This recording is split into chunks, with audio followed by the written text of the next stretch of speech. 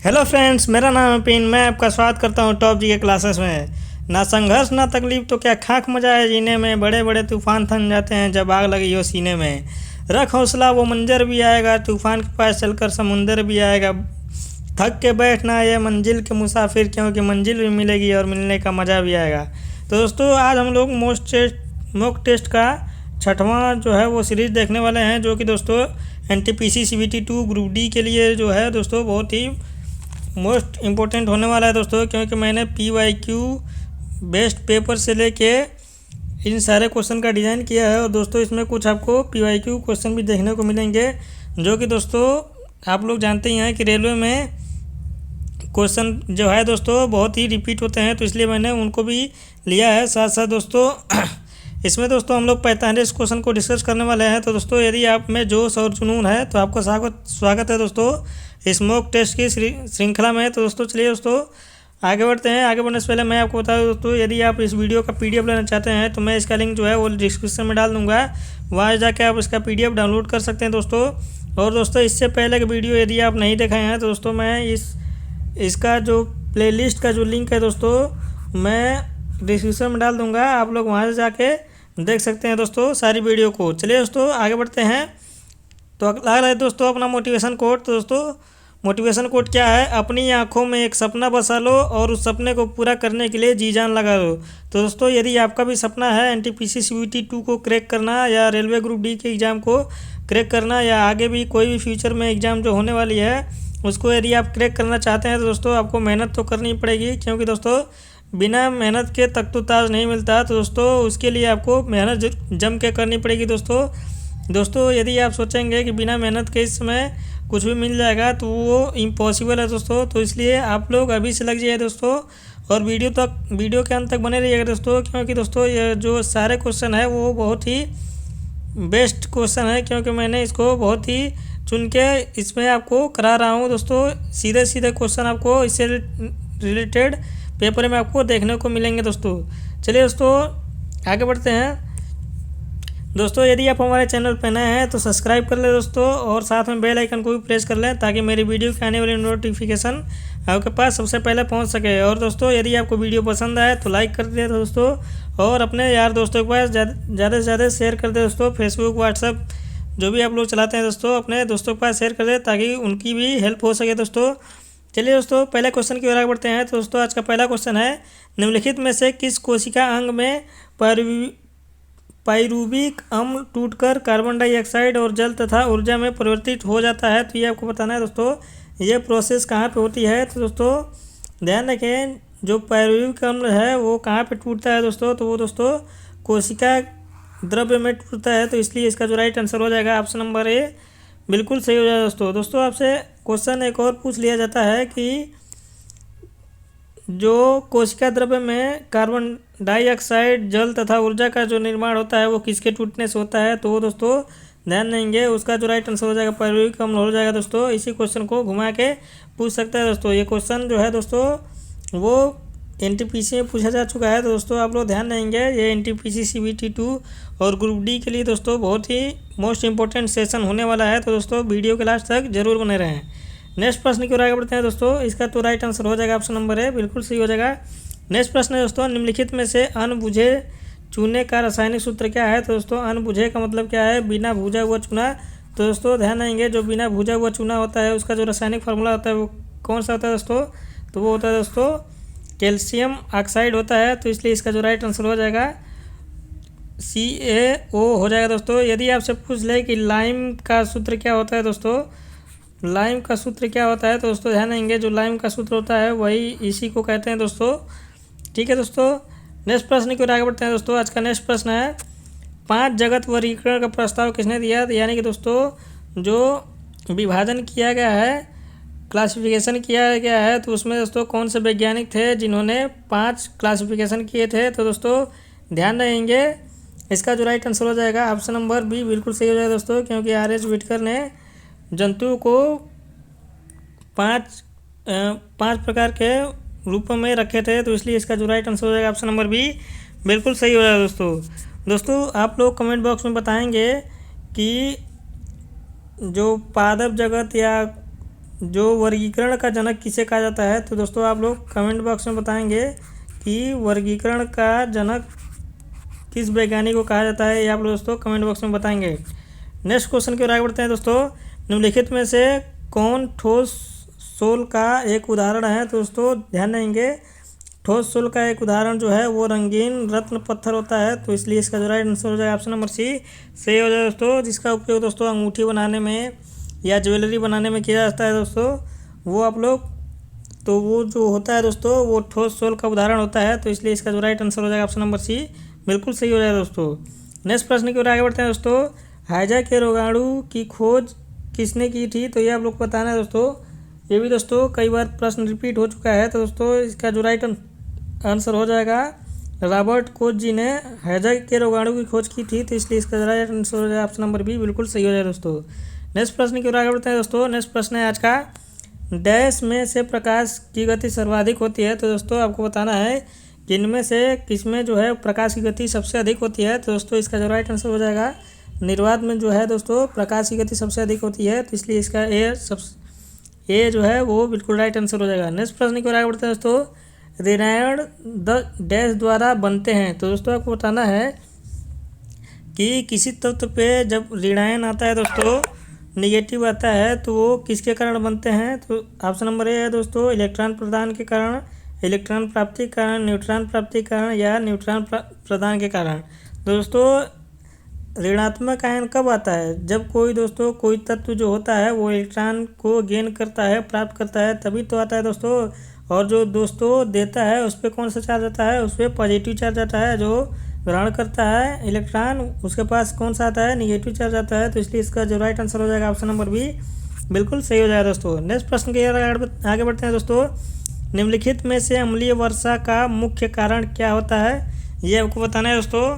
तो दोस्तों ध्यान देंगे इन चार ऑप्शन में तो दोस्तों वो H2SO4 तो दिया ही नहीं है, तो ना कि दोस्तों HNO3 दिया है, तो आप लोग दोस्तों किसको ट्रिक करेंगे, तो दोस्तों ध्यान देंगे यदि ये ऑप्शन नहीं दिया होता है तो दोस्तों आपको नाइट्रोजन डाइऑक्साइड दिया होता है, तो दोस्तों ध्यान देंगे इसका जो राइट आंसर हो जाएगा ऑप्शन नंबर सी बिल्कुल सही हो जाए दोस्तों। क्योंकि यह जो होता है वो H2O के साथ मिलकर जो है दोस्तों नाइट्रोजन डाइऑक्साइड जो होता है वो H2O के साथ मिलकर HNO3 बना देता है, जो कि दोस्तों अम्लीय वर्षा के कारक हैं, इसलिए इसका जो राइट आंसर हो जाएगा ऑप्शन नंबर सी बिल्कुल सही हो जाएगा दोस्तों। नेक्स्ट प्रश्न की ओर आगे बढ़ते हैं दोस्तों।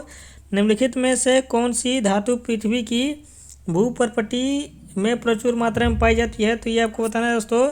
तो दोस्तों ध्यान देंगे जो भूपर्पटी पर प्रचुर मात्रा में पाया जाता है वो कौन सा धातु है दोस्तों, तो वह है दोस्तों एल्यूमिनियम, तो इसलिए इसका जो राइट आंसर हो जाएगा ऑप्शन नंबर डी बिल्कुल सही हो जाएगा दोस्तों। नेक्स्ट क्वेश्चन की ओर आगे बढ़ते हैं दोस्तों। आवृत्ति का एसआई मात्रक क्या होता है, ये आपको बताना है दोस्तों। तो ध्यान देंगे जो आवृत्ति यानी कि फ्रीक्वेंसी का जो एसआई मात्रक होता है वो होता है हर्ट्ज, तो इसलिए इसका जो राइट आंसर हो जाएगा ऑप्शन नंबर डी बिल्कुल सही हो जाएगा दोस्तों। वाट किसका मात्रक है दोस्तों, तो ये पावर का मात्रक है, ये सभी लोग जानते हैं। और न्यूटन किसका मात्रक है दोस्तों, तो ये बल का मात्रक है। और फैरेड जो होता है वो किसका मात्रक है दोस्तों, तो फैरेड जो होता है वो कैपेसिटेंस का मात्रक होता है, तो इसको आप लोग ध्यान रख सकते हैं दोस्तों।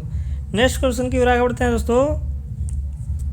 नेक्स्ट क्वेश्चन है एक श्यामपट्ट रंग में काला क्यों दिखाई देता है, तो दोस्तों आपको बताना है कि जो श्यामपट्ट होता है यानी कि जो ब्लैक बोर्ड होता है दोस्तों वो आपको काला क्यों दिखाई देता है। तो दोस्तों कोई भी वस्तु काली क्यों दिखाई देती है दोस्तों, क्योंकि जो सारे रंग जो होते हैं दोस्तों वो उसमें अवशोषित हो जाते हैं दोस्तों, उसमें एब्जॉर्ब हो जाते हैं सारे के सारे रंग तब दोस्तों आपको वस्तु जो है वो काली दिखाई देती है। जैसे मान लीजिए दोस्तों इसमें जो प्रकाश आता है दोस्तों, प्रकाश को जानते हैं दोस्तों जब आप प्रिज्म के सामने रखेंगे तो जब उसमें से एक वाइट रे गुजारेंगे दोस्तों तो 7 प्रकार के रंगों में डिवाइड होती है ना दोस्तों। तो जब वो सारे प्रकाश जो हैं किसी वस्तु या किसी चीज़ में जो है अगर आप एब्जॉर्ब हो जाते हैं अवशोषित हो जाते हैं दोस्तों तो वो वस्तु आपको कैसी दिखाई देगी, तो वो वस्तु दोस्तों आपको काली दिखाई देगी। अगर दोस्तों वो कोई वस्तु है यदि वो सारे प्रकाश को रिफ्लेक्ट कर दे रहा है या सारे प्रकाश जो है उसको अपने पर आने नहीं दे रहा है, तो वो वस्तु कैसी दिखाई देगी दोस्तों? तो वह वस्तु जो है वो सफ़ेद दिखाई देगी। और दोस्तों एक क्वेश्चन और पूछता है कि यदि पेड़ के पत्ते हरे क्यों दिखाई देते हैं? तो दोस्तों ध्यान देंगे, पेड़ के पत्ते हरे क्यों दिखाई देते हैं? क्योंकि दोस्तों जो हरा रंग है वो तो दोस्तों वो बाहर निकल जाता है, बाकी सारे के सारे रंग जो हैं उसके पेड़ के पत्ते में अवशोषित हो जाते हैं। तो दोस्तों ध्यान देंगे, इसके कारण पेड़ के पत्ते जो है वो हरे दिखाई देते हैं। तो दोस्तों ये कारण होता है, तो इसलिए इसका जो राइट आंसर हो जाएगा ऑप्शन नंबर डी बिल्कुल सही हो जाएगा दोस्तों। नेक्स्ट क्वेश्चन की ओर आगे बढ़ते हैं दोस्तों। पोलियो किस कारण होता है ये आपको बताना है दोस्तों। तो दोस्तों ध्यान देंगे, पोलियो एक वायरल डिजीज है, तो इसलिए इसका जो राइट आंसर हो जाएगा ऑप्शन नंबर बी बिल्कुल सही हो जाएगा दोस्तों। दोस्तों रोग से संबंधित प्रश्न आपको पेपर में एक जरूर देखने को मिलेंगे, दोस्तों आप रोग से संबंधित प्रश्नों को कवर कर लीजिएगा। और दोस्तों यदि आप हमारे साथ लास्ट तक बने रहेंगे दोस्तों, तो मैं सारे प्रकार के प्रश्नों को कवर कर लूँगा और लगभग दोस्तों आपको 1000 से अधिक प्रश्न मिल जाएंगे दोस्तों। तब तक तो जैसे मान लीजिए 70 दिन के लिए तो हम लोग तैयारी कर रहे हैं दोस्तों ना, तो 70 × 45 कर लीजिए, आपको मिल जाएगा दोस्तों। इतने सारे प्रश्न आपको मिल जाएंगे, लेकिन दोस्तों आपको हमारे साथ बने रहना पड़ेगा दोस्तों। ठीक है दोस्तों, रोजाना हमारे साथ बने रहिए और इसी तरह अपना मॉक टेस्ट लगाते रहिए और लास्ट में ज़रूर बताइएगा दोस्तों कि आपका 45 में से कितना सही हुआ दोस्तों। चलिए दोस्तों नेक्स्ट प्रश्न की ओर आगे बढ़ते हैं। नेक्स्ट प्रश्न है, घरेलू वायरिंग में भू तार का रंग कैसा होता है? तो दोस्तों आपको बताना है कि जो घर में वायरिंग होती है दोस्तों, उसमें जो अर्थिंग वायर लगाया जाता है, जो अर्थिंग वायर होता है दोस्तों, उसका जो रंग कैसा होता है दोस्तों? तो उसका जो रंग होता है वो ग्रीन होता है, हरा होता है। तो इसलिए इसका जो राइट आंसर हो जाएगा दोस्तों वो ऑप्शन नंबर बी हो जाएगा दोस्तों। कभी कभी दोस्तों एग्जाम में फेज वाला तार का रंग पूछ लेता है दोस्तों, फेज में अधिकतर लोग रेड रंग का प्रयोग करते हैं, तो इसलिए उसका जो राइट आंसर हो जाएगा ऑप्शन नंबर ए लाल रंग हो जाएगा दोस्तों। तो आपको एग्जाम में क्वेश्चन कैसे भी पूछा जा सकता है, आप उसका सही आंसर ट्रिक कर सकते हैं।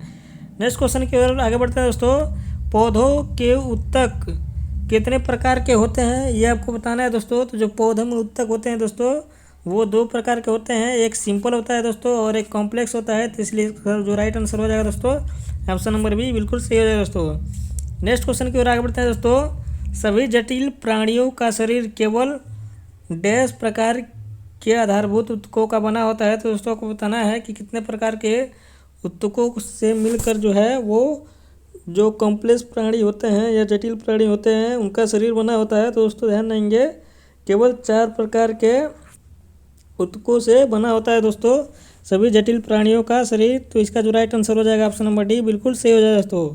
यह दोस्तों क्वेश्चन ग्रुप डी में पूछा जा चुका है 2018 के एग्जाम में। तो दोस्तों आप लोग इसको सही से याद कर लीजिएगा दोस्तों।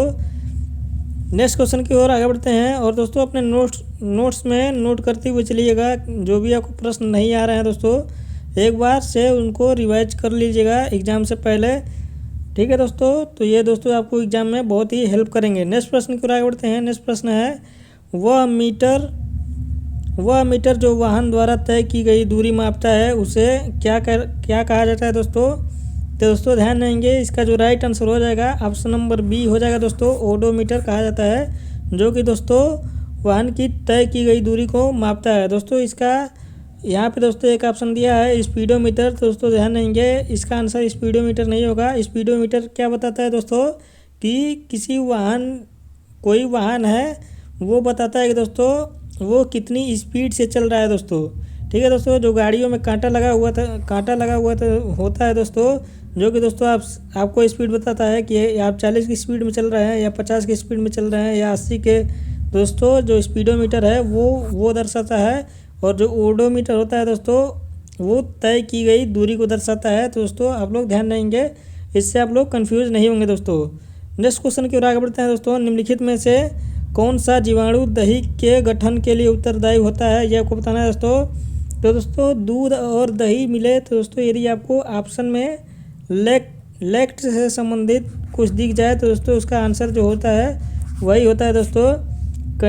यदि आपसे दूध और दही से प्रश्न देखने को मिलेंगे दोस्तों तो उसको ऑप्शन में देख लीजिएगा, कहीं भी लेफ्ट करके पहले शब्द दिया होगा तो उसका जो राइट आंसर हो जाएगा वही हो जाएगा दोस्तों। तो इसलिए इसका जो राइट आंसर हो जाएगा दोस्तों, लैक्टोबैसिलस जो जीवाणु होता है वही दही को बनाने में महत्वपूर्ण होता है दोस्तों। बस एक प्रश्न पूछा जाता है कि दूध में कौन सा प्रोटीन पाया जाता है दोस्तों, तो उसमें अगर लेफ्ट करके आंसर दिया होगा तो वो मत लगाइएगा दोस्तों, क्योंकि वो गलत हो जाएगा। दूध में जो प्रोटीन होता है दोस्तों वो केसिन प्रोटीन होता है, तो इसलिए इसका जो राइट आंसर हो जाएगा option number right answer casein हो जाएगा दोस्तों। तो ये भी ध्यान रखेंगे दोस्तों। और बाकी सारे कोई भी दूध या दही से प्रश्न बने तो उसके आगे लेफ्ट करके शब्द दिया होगा वही उसका राइट आंसर हो जाएगा दोस्तों। आप लोग इस तरह करके ध्यान रख सकते हैं। नेक्स्ट प्रश्न की ओर आगे बढ़ते हैं दोस्तों। मानव शरीर में पसलियाँ के कितने जोड़े होते हैं, तो दोस्तों आपको पेयर में पसलियों की संख्या बताना है। तो ध्यान रखिए दोस्तों, जो मानव शरीर में पसलियों की संख्या होती है वो 12 होती है, तो इसलिए इसका जो राइट आंसर हो जाएगा ऑप्शन नंबर सी हो जाएगा। नेक्स्ट प्रश्न की ओर आगे बढ़ते हैं दोस्तों। और दोस्तों आप ये मत सोचिए कि सर इतना सिंपल क्वेश्चन क्यों करा रहे हैं। तो दोस्तों मैं आपको बता दूं कि ऐसे ही क्वेश्चन आपके पेपर में आते हैं और देखने को मिलते हैं, कुछ सिंपल होते हैं कुछ हार्ड होते हैं। तो दोस्तों आप ये बिल्कुल मत सोचिए दोस्तों कितना आसान क्वेश्चन क्यों करा रहे हैं। दोस्तों जो आपको आ रहे हैं वो तो ठीक बात है, जो नहीं आ रहे हैं दोस्तों आप लोग उसको ध्यान रखेंगे और उससे रिलेटेड अपनी थ्योरी को भी पढ़ के एग्जाम में जाएंगे, ठीक है दोस्तों। नेक्स्ट प्रश्न की ओर आगे बढ़ते हैं दोस्तों। आपतित किरण, आपतन बिंदु और जो परिवर्तित किरण होती हैं सभी एक तल में होते हैं। तो दोस्तों यहाँ पे डैश में क्या आएगा ये आपको बताना है दोस्तों। तो दोस्तों आपने जो लाइट पढ़ा होगा लाइट चैप्टर दोस्तों, उसमें एक परिभाषा है दोस्तों। तो ध्यान देंगे जो आपतित किरण होते हैं और आपतन बिंदु होते हैं और अविलंब जो होता है वो परिवर्तित किरण सभी एक ही तल पे होते हैं दोस्तों। तो इसका जो राइट आंसर हो जाएगा दोस्तों अविलंब जो हो जाएगा, यहाँ पे अविलंब होगा दोस्तों, तो इसलिए इसका जो राइट आंसर हो जाएगा ऑप्शन नंबर सी हो जाएगा दोस्तों। नेक्स्ट प्रश्न की ओर आगे बढ़ते हैं दोस्तों। नेक्स्ट प्रश्न है आज का, कौन सा रक्त समूह सार्वभौमिक स्वीकारता है दोस्तों, यानी कि कौन सा जो रक्त है दोस्तों वो सर्वग्राही यहाँ पे पूछ रहा है दोस्तों। तो दोस्तों ध्यान देंगे जो सर्वग्राही होता है वो कौन सा होता है दोस्तों, तो ए बी होता है। ये तो सभी लोग जानते हैं दोस्तों ए बी होता है, लेकिन अब इसमें भी दोस्तों पूछ लिया है कि ए बी निगेटिव होता है कि पॉजिटिव होता है। तो दोस्तों ध्यान देंगे जो सर्वग्राही होता है वो ए बी पॉजिटिव होता है, तो ये दोस्तों आप लोग ध्यान देंगे। और यदि आपसे पूछ ले दोस्तों कि सर्वदाता कौन होता है दोस्तों, तो सर्वदाता बहुत लोग जानते हैं ओ होता है, लेकिन आप लोग को ये बताना है कि ओ पॉजिटिव होता है कि ओ निगेटिव होता है। तो दोस्तों ध्यान देंगे जो सर्वदाता होता है वो ओ निगेटिव होता है। तो दोस्तों आप लोग इससे कन्फ्यूज नहीं होंगे दोस्तों। ऐसे प्रश्न आपको आपके पेपर में देखने को जरूर मिलते हैं दोस्तों। ये प्रश्न जो है आपको ज़्यादा से ज़्यादा कन्फ्यूज करते हैं, तो आप लोग ध्यान रखेंगे दोस्तों। नेक्स्ट प्रश्न है दोस्तों, वर्ग जिसमें जंतु जैसे मछली, उभयचर, सरीसृप, पक्षी और स्तनधारी आते हैं किस श्रेणी को निर्मित करते हैं, ये आपको बताना है दोस्तों। तो दोस्तों ध्यान देंगे जो मछली होते हैं, उभयचर होते हैं, सरीसृप होते हैं, पक्षी होते हैं या स्तनपायी होते हैं, वो दोस्तों जीनस को रिप्रेजेंट करते हैं। तो दोस्तों इसका जो राइट आंसर हो जाएगा ऑप्शन नंबर बी बिल्कुल सही हो जाएगा दोस्तों। यदि स्पेसीज किसको कहेंगे दोस्तों, तो स्पेसीज में दोस्तों मनुष्य आ जाएंगे, मेंढक आ जाएंगे दोस्तों, उनका जो नाम होता है वो उनकी जाति कहलाती है। तो इसलिए इसका जो राइट आंसर हो जाएगा ऑप्शन नंबर बी बिल्कुल सही हो जाएगा दोस्तों। नेक्स्ट प्रश्न की ओर आगे बढ़ते हैं दोस्तों।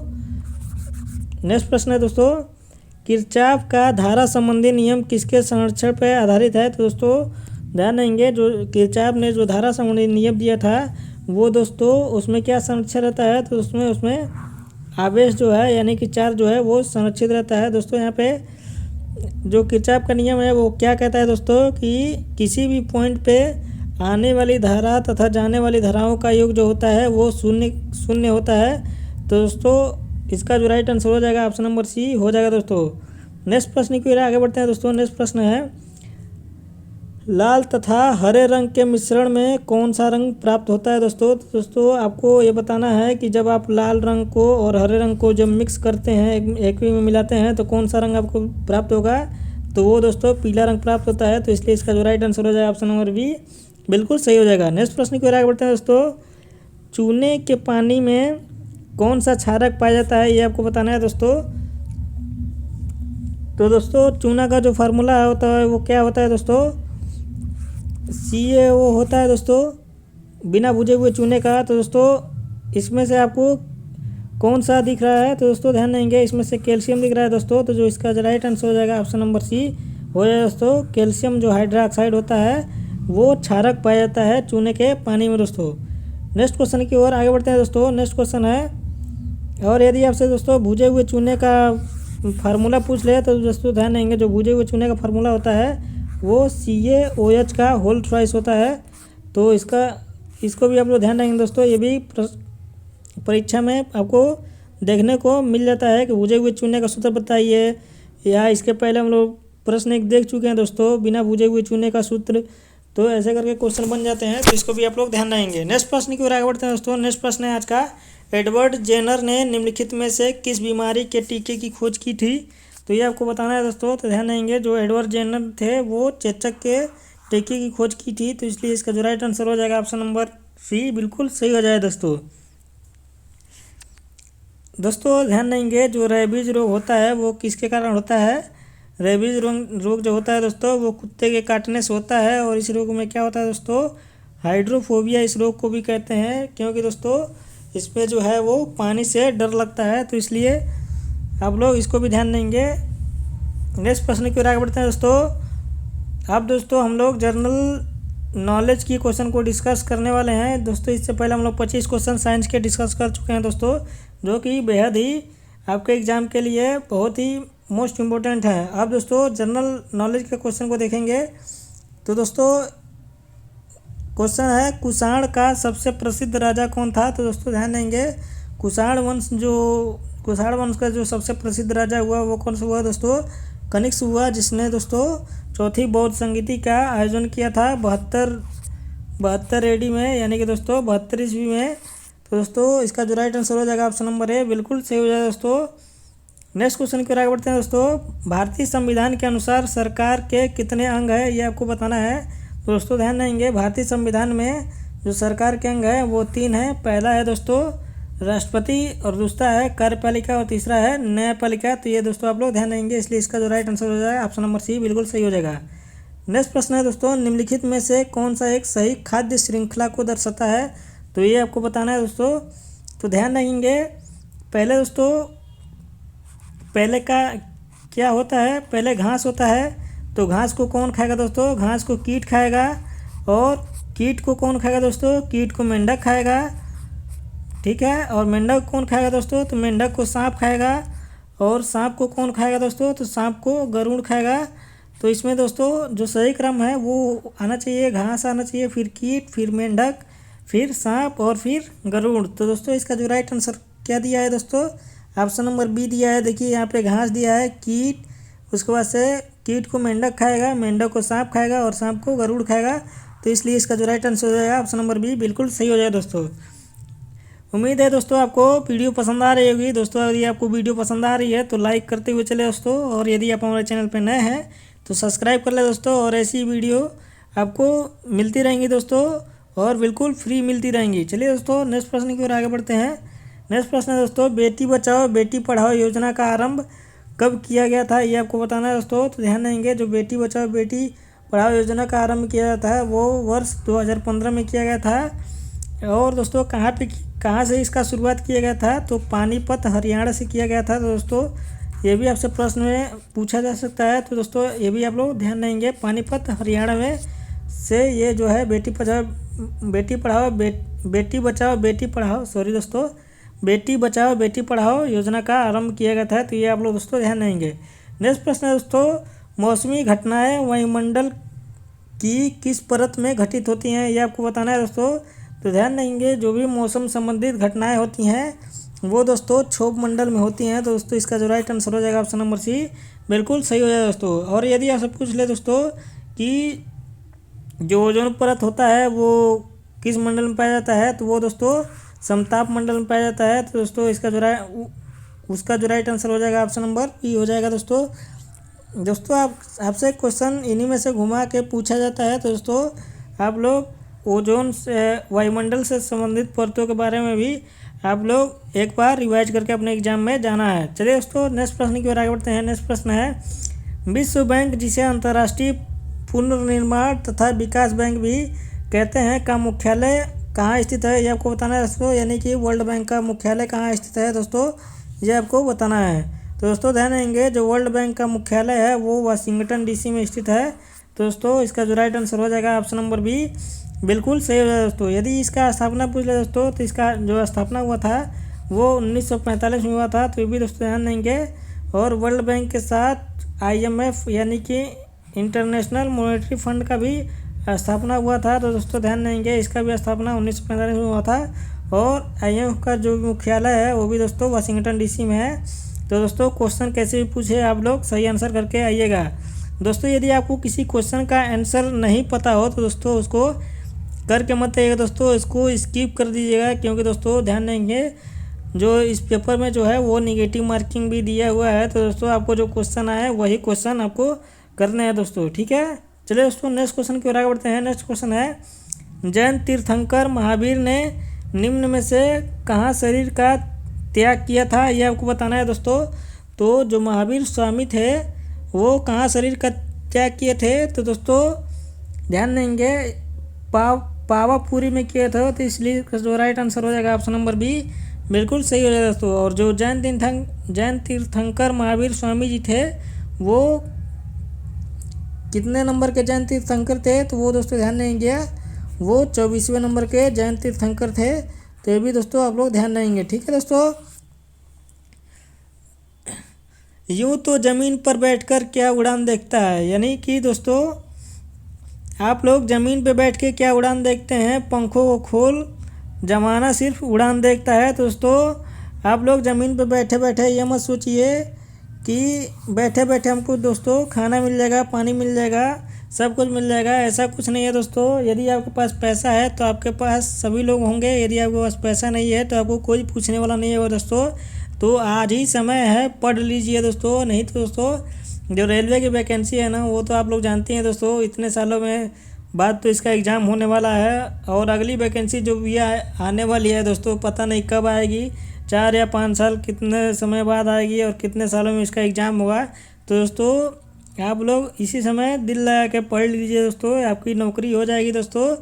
तो आपको सभी पूछेंगे, अगर आप सफल नहीं हुए दोस्तों तो समझ लीजिए कि आपका क्या होगा। कोई भी पूछ लेता है दोस्तों रास्ते चलते हुए कि क्या कर रहे हो इस समय, क्या कर रहे हो, ये पढ़ लिया, अब क्या कर रहे हो, अब क्या करने वाले हो। तो दोस्तों आप लोग पूरे जी जान लगा दीजिए, क्योंकि आप लोग इसी को समझिए कि दोस्तों ये मेरा लास्ट एग्ज़ाम है। दोस्तों आप लोग जी तोड़ मेहनत कर लीजिए।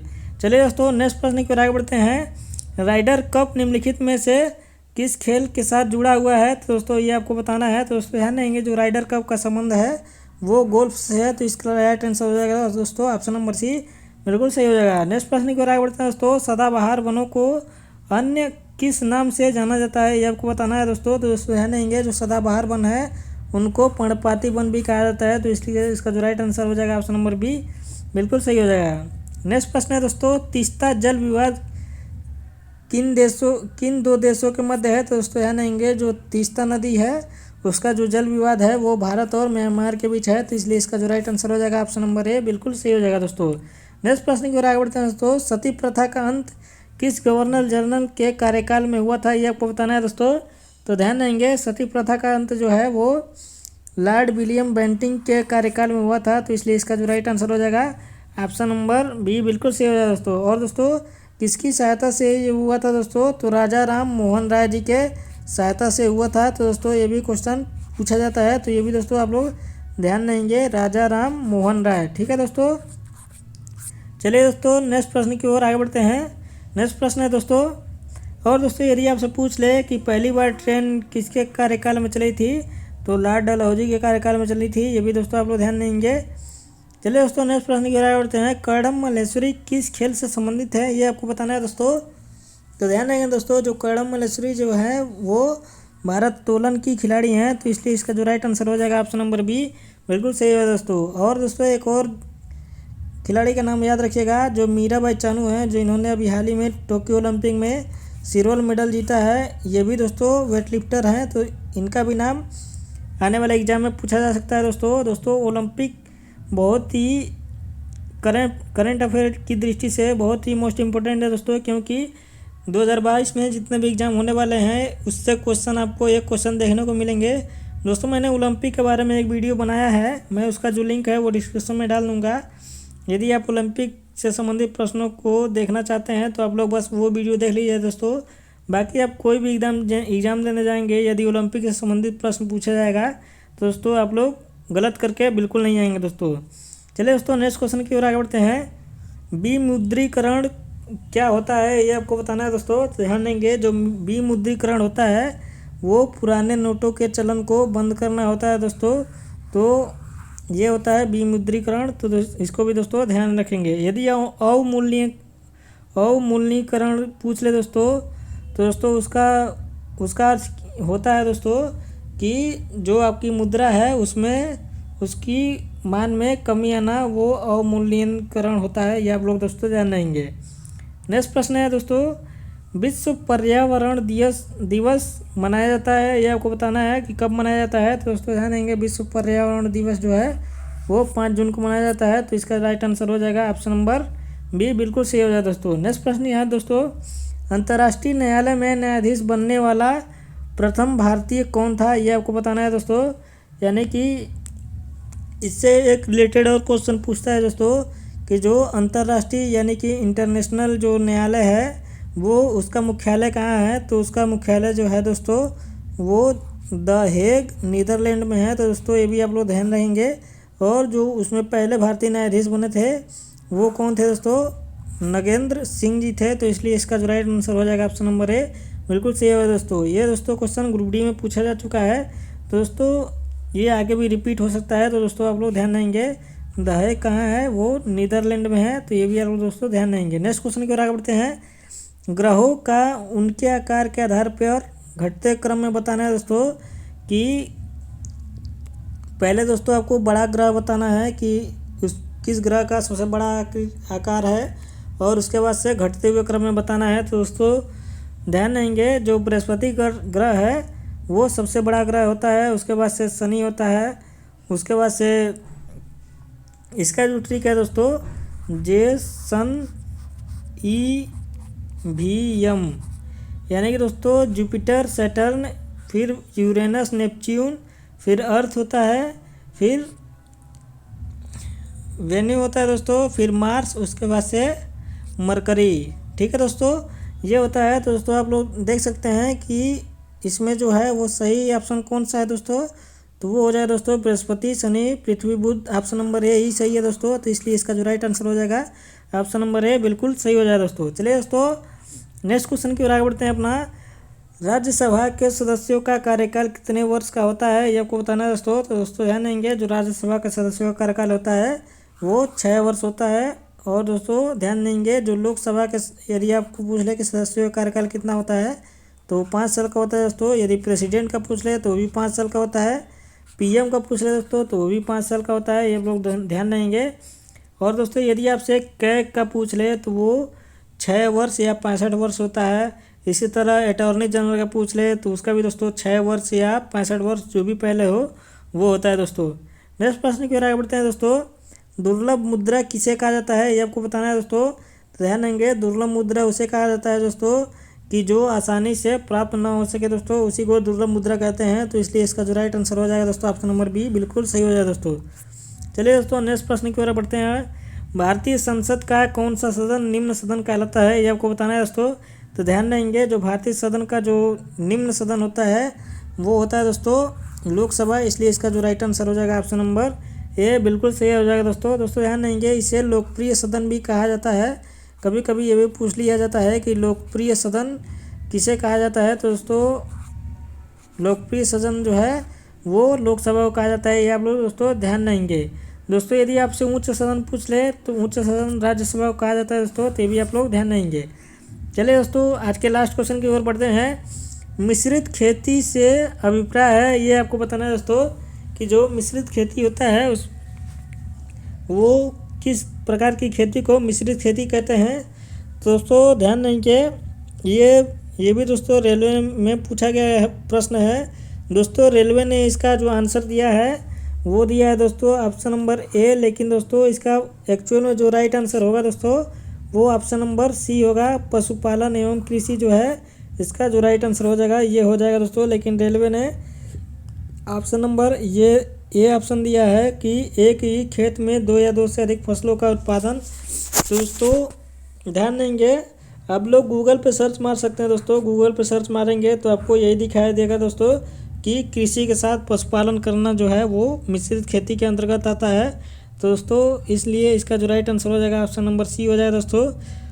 ठीक है दोस्तों, आप लोग यदि परीक्षा में पूछे तो आप लोग ये वाला ऑप्शन ना करके आएंगे दोस्तों, ऑप्शन नंबर सी करके आएंगे। ठीक है, तो दोस्तों